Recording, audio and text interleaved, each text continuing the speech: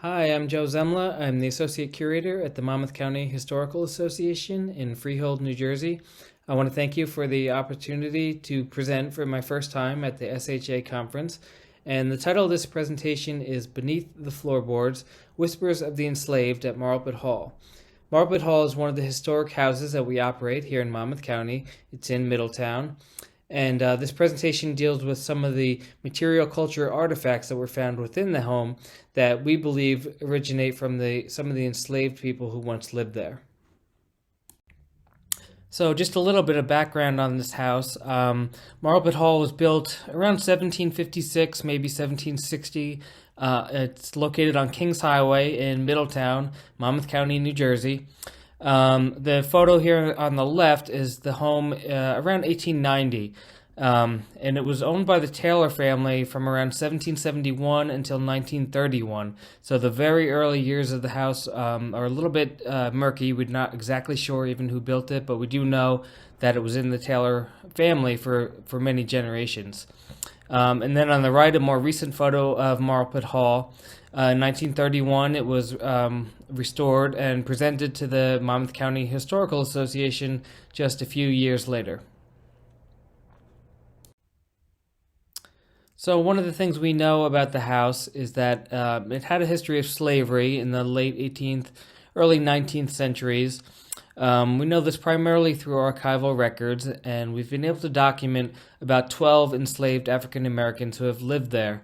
On the left is a photograph we have of Elizabeth, or Betsy Van Cleef, and she was born in 1806, and she's actually one of three individuals who were born into slavery within the very walls of Marlborough Hall.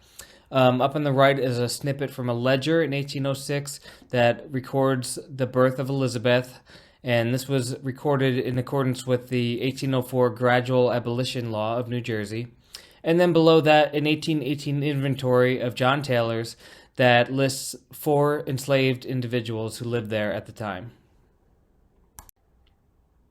So from some of these early inventories, we know that the enslaved individuals lived in the kitchen loft or kitchen chambers that are located directly above the old kitchen of the home.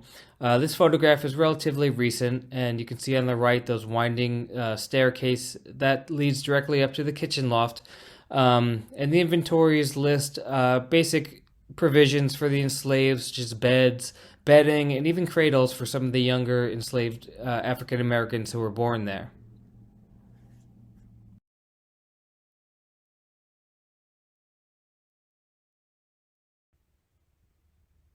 So here's a photograph of the quarters above the kitchen, right above that staircase that was in the previous photograph. And so one of the kind of fascinating things from a historical perspective about Marlborough Hall is that so much of it, the original architecture, has been retained. This house, like I said, was in the same family for many generations, and in the mid-19th century was primarily leased to tenant farmers, and at that point very little alterations or restoration was done to the house. So a lot of what you see in the house, especially on the second floor, such as these living quarters here, a lot of it has retained that original fabric of architecture, and so we can really get a good sense of what things were like way back when the house was actually built. And here's just a few more shots of that same room. On the left there is kind of taken, the room's divided into a little partition there, and it raises up about 3 steps. And then on the right, you can see some of the old brickwork, and the roof has been replaced, and but a lot of the brickwork, the floorboards, the woodwork, a lot of that is original, and it's been even dated through dendrochronology, and that's where we got the date of about 1760 for the origins of the home. So like I stated previously, this presentation is dealing with some of the finds that were made actually within the living quarters here. And there had been some evidence years ago of possible material culture that resonated from the enslaved African Americans who once lived there. But these findings were made more recently. I did a lot of this work during the beginning of COVID, actually. Like many of us, I was had a lot of time on my hands as our museum shut down, our historic houses were shut down. So it gave me some time to really dig into this and do some of the research. So this was basically just a lot of exploring and a lot of research and kind of comparing to other sites and what they had done. So I'm going to break this up into kind of three main parts. And the first here is going to be a cache of ceramic shards, shells, bones, and these were all found underneath a floorboard, which hence the title of this presentation. And we presume it was concealed. This was directly next to the chimney stack, like I said, beneath the floorboard. So it's kind of these everyday objects that really had no linking purpose or meaning, but once compared to a lot of similar findings at other sites, primarily in the south, but also some in the north, I began to make these connections to what may be aspects of retained spirituality or religions from the West Africans who were brought here during the transatlantic slave trade. So seen here, you can see that grouping of shards, small bits of painted glass, a couple fragments of jawbones, and some shells.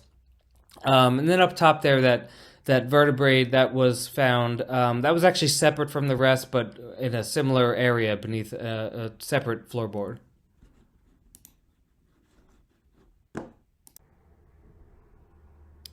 And here's a couple photographs of some similar finds from other sites that some of you, I'm sure, are familiar with. One in New York, another from Maryland. So these caches of similar objects, ceramics, bones, nails, things like that. Sometimes some crystal objects, all kinds of things that seemingly insignificant in terms of function, but within the context of these traditional West African spiritual traditions, it seems that they may have held some kind of protective meaning or were used as protective charms for the enslaved, as a way of almost resistance to their condition and a way to offer themselves well-being and protection in a space where they really had very little control over their surroundings and environment. And those objects were all found beside a chimney stack beneath a floorboard, which is seemingly a significant area, not only in this context, but in many older traditional religions from all different cultures. Doorways, windows, thresholds, places where it was presumed that these harmful spirits or entities could enter or exit a room. So this next object or objects was also found right beside a chimney stack beneath the floorboards. So these are a group of corn cobs, again, relatively inconspicuous items, but seemingly arranged purposefully. And you can see on the right there's 3 long corn cobs that are kind of arranged in what we believe might be a crossmark pattern. There could possibly be a fourth underneath the debris. These have not been moved from their original location, so it would take a little more excavation to see. But I'm going to compare this on the next slide to a similar pattern.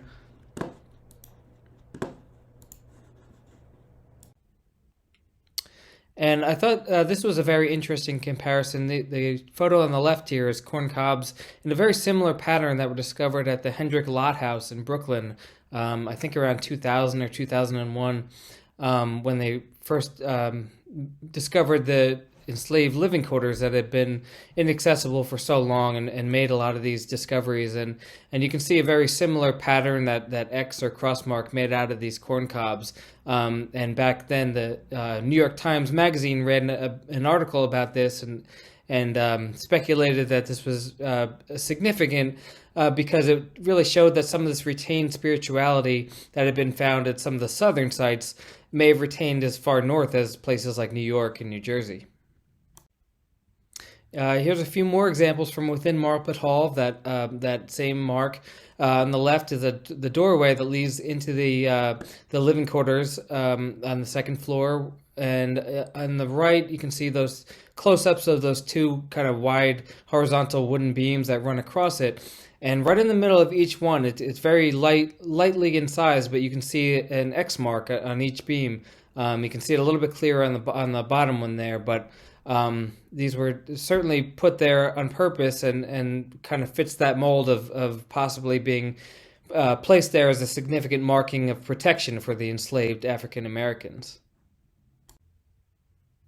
And so, of course, along that western coast of Africa, where so many people of the transatlantic slave trade were taken from, you have this real network of diverse cultures and religions, and of which the crossmark was a very important symbol. And I quoted Dr. Kenneth Brown up here saying, the crossroads are an extremely important symbol among a large number of the cultures in West Africa that contributed people to the slave trade. So, of course, the Bakongo cosmogram is one that comes up very frequently, stemming from the influence of the Congo Kingdom, and I think that gained a lot of traction from Robert Farris Thompson and his books, Flash of the Spirit, among others.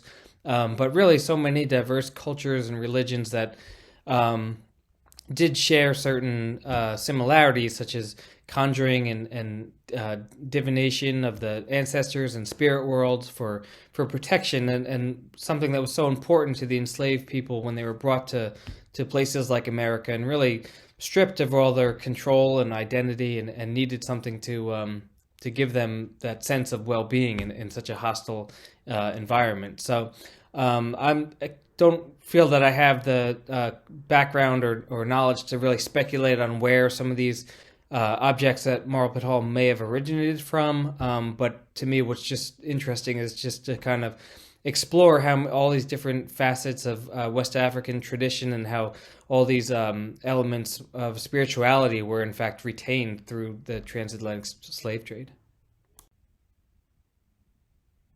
And so here's just a few examples that I thought were interesting of that widespread symbol of the crossroads within the African diaspora that comes up really around the world, from originating from these different cultures.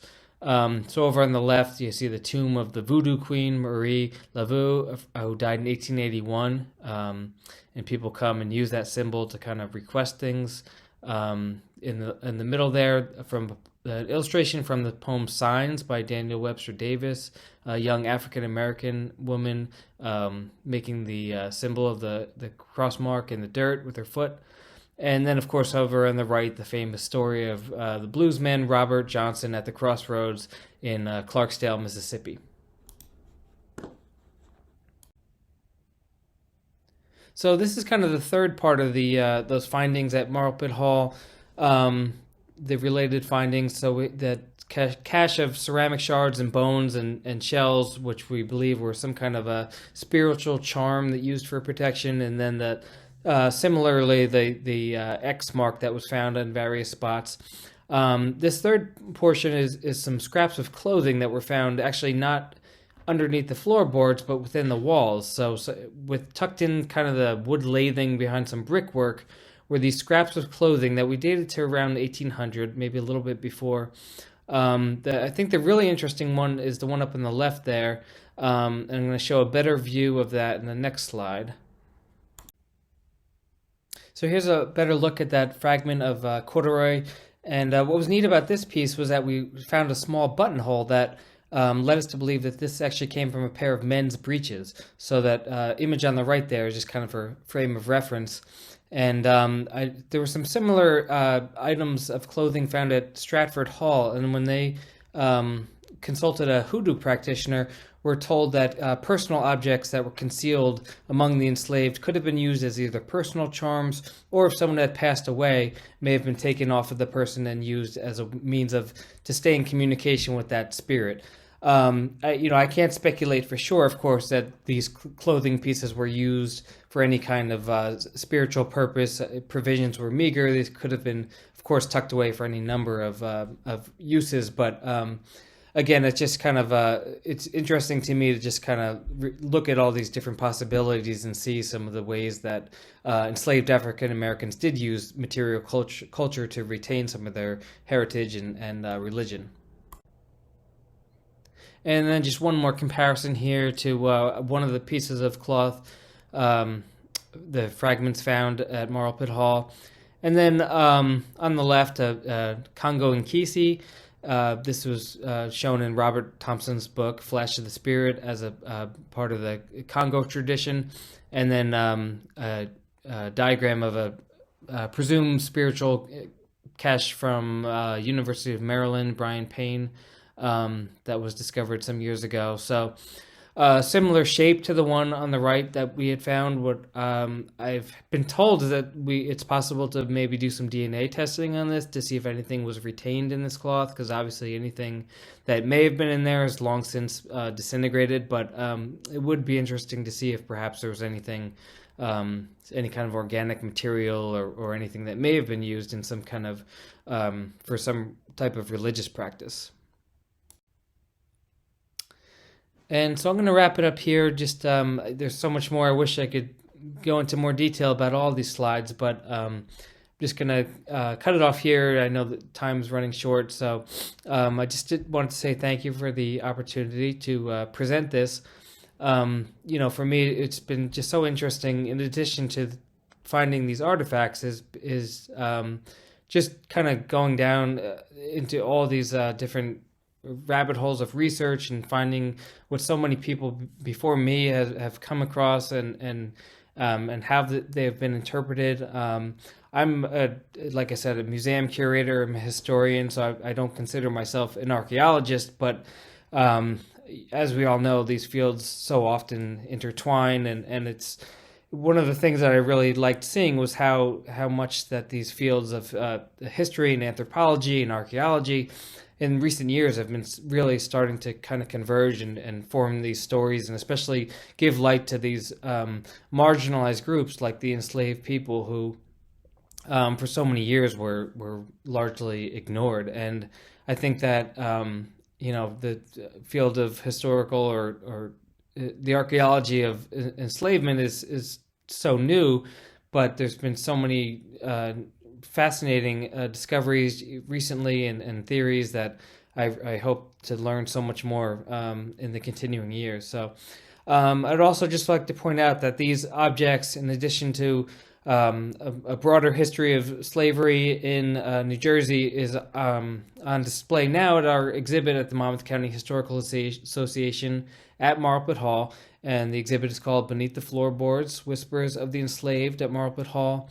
And want to thank New Jersey Council for the Humanities, New Jersey Historical Commission, and the PNC Foundation for their generous support for making this exhibit happen. So thank you so much, and I would love to hear any comments or questions. You can email me at jzemla@monmouthhistory.org. So again, thank you, and stay safe.